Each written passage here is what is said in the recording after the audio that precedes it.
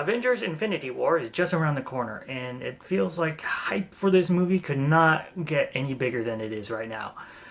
But here are some reasons why you might want to control your expectations for this movie and not get get too out of hand, because not every movie is perfect, and even though the Russo brothers have a very good track record going after having directed The Winter Soldier and Captain America Civil War, this movie might be a little bit different. So, starting off, we still have Avengers 4 to go through.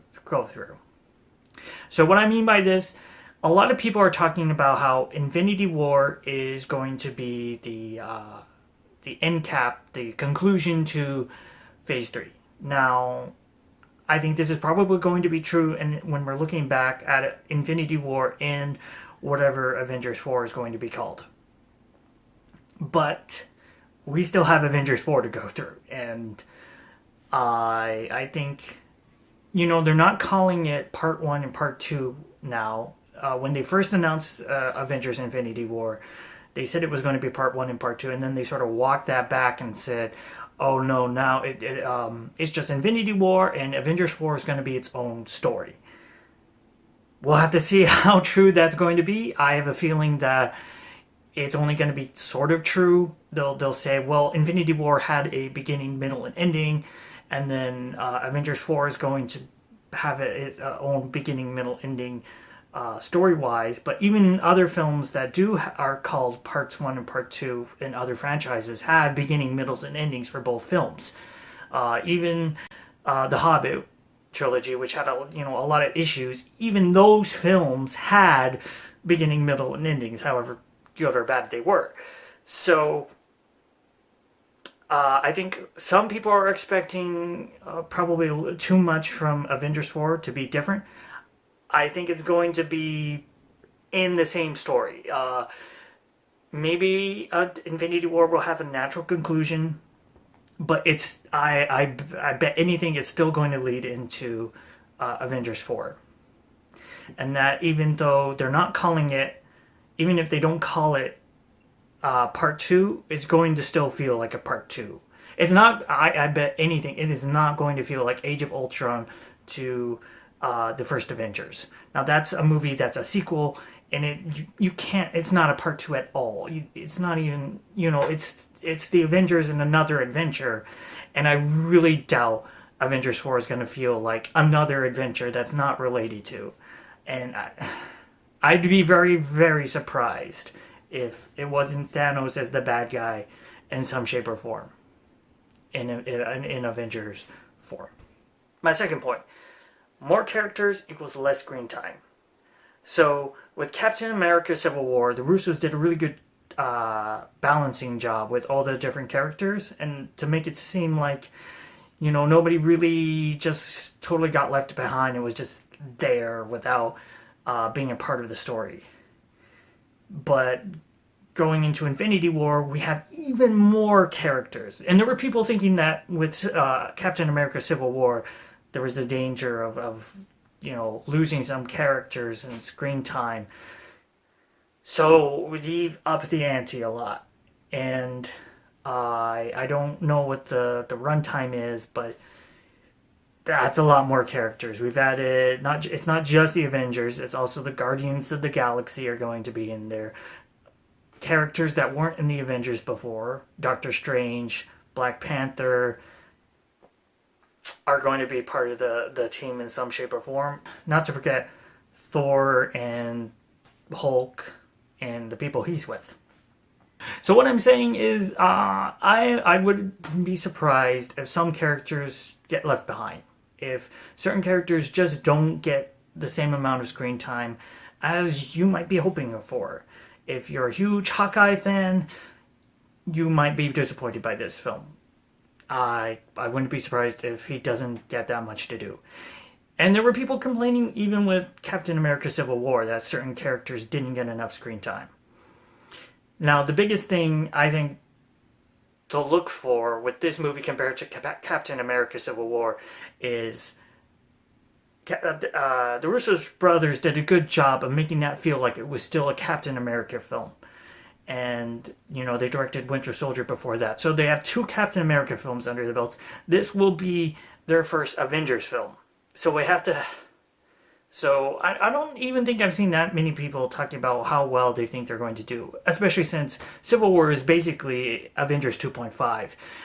But they still frame the story around just Captain America. In the way it almost felt like I would compare it to like a comic event, but told from only one character's point of view. Like you read the Captain America Civil War was reading like half the main event and then half of the and then also reading the Captain America tie-in. So you got most of the story with the main event, and then you got all of Captain America's side. But with this film, I'm expecting it to follow the Avengers more because it's an Avengers film. This isn't Captain America Infinity War. So we'll have to see how well they do with focusing on the story itself on more characters. Now, it'll probably, just like many group ensemble pictures, focus on, I'm guessing, 3 to 4 characters. We'll see what happens. I know they've been saying things about Thanos being the main character. Though, to be honest, that just sounds like something that people say before when they're working on the movie. I don't know how well that's going to actually hold up. They say Thanos is going to be the main character, but is he? I think I'm a little skeptical that that's going to actually be the case. I think the main characters of this film are going to be Captain America, Iron Man, and maybe Spider-Man.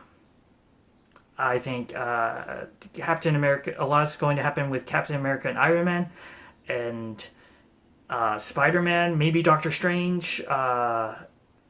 There'll be some interaction with Black Panther because they go to his country, and I think a lot of the other people are going to be in group things, and they'll get bits of humor thrown in, and that'll be for pretty much. I think the other characters, their moments in the film are going to be either humor based, they'll get a quip in, or they'll do something cool in the fight.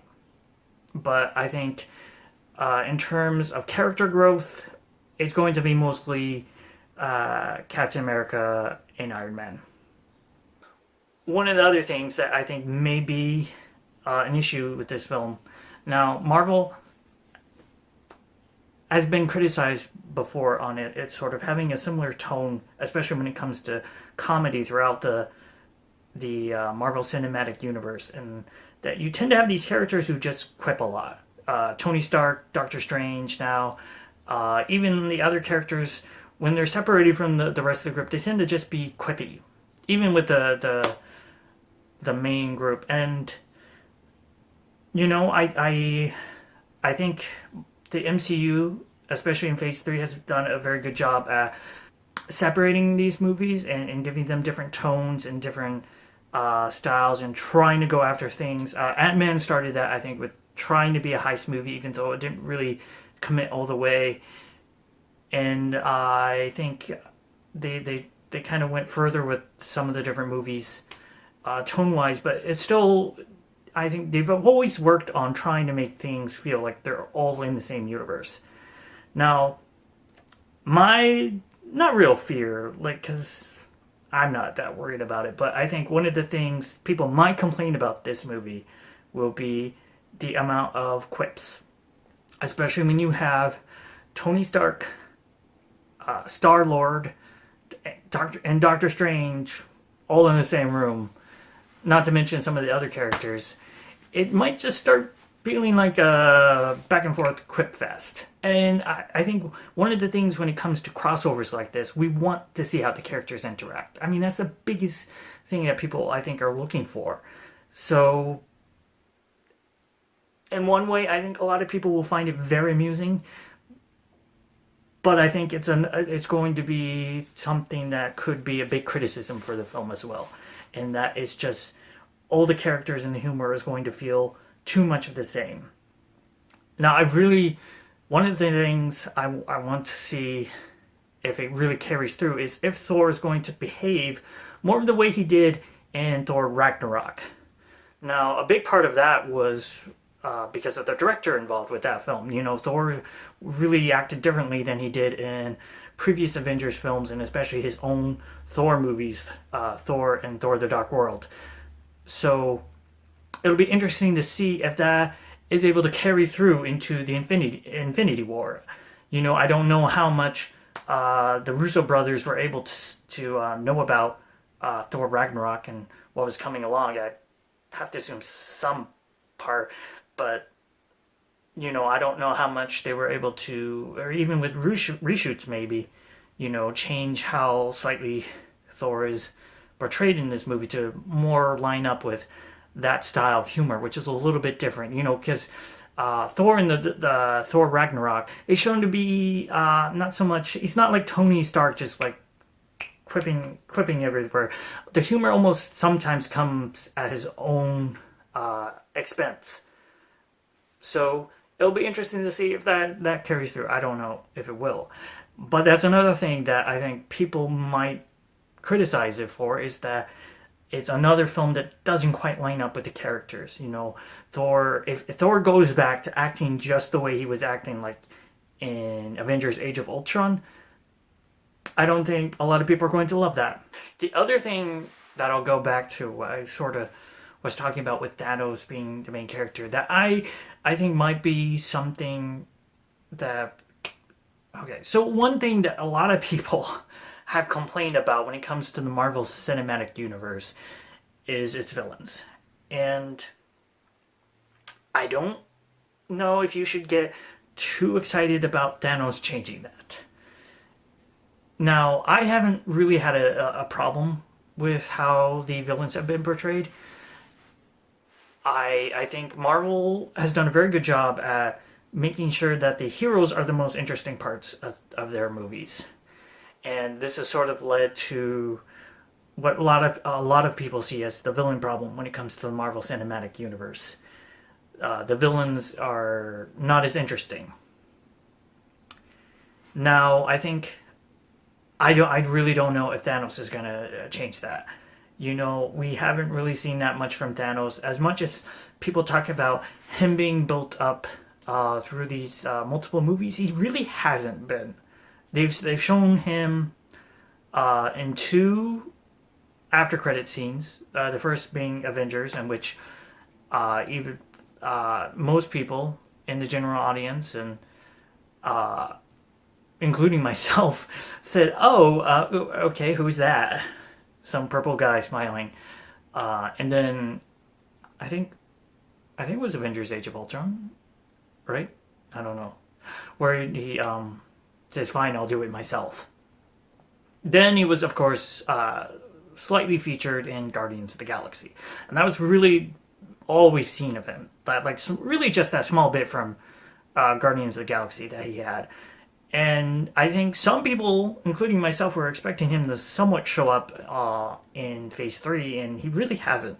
I think Marvel has responded to some of the criticism they were getting in that tying the movies too much into each other, especially with Age of Ultron. A lot of people complained that they felt like there was too much studio-mandated scenes that didn't have to do with that movie. And I think, especially from people's reactions to what Joss Whedon said, and probably Joss Whedon's experience dealing with that, Marvel moved in a little bit more into, okay, let's allow directors to sort of differentiate their movies and have some movies that are just, in their own little universe. Like even Thor Ragnarok, the ending is going to tie into Infinity War, but almost all of it had nothing to do with Infinity War. I don't know if Thanos is going to change that trend. He's a big CGI purple guy, and to be honest, from the trailers so far, he looks bored. I really hope it's not that way in the movie, but he looks so much less interesting than he did in that first tease that we saw in Avengers 1. When the guy says whatever his line is, something about death, and Avenger turns to the camera and smiles. Like I'm kind of surprised we're not seeing more of that.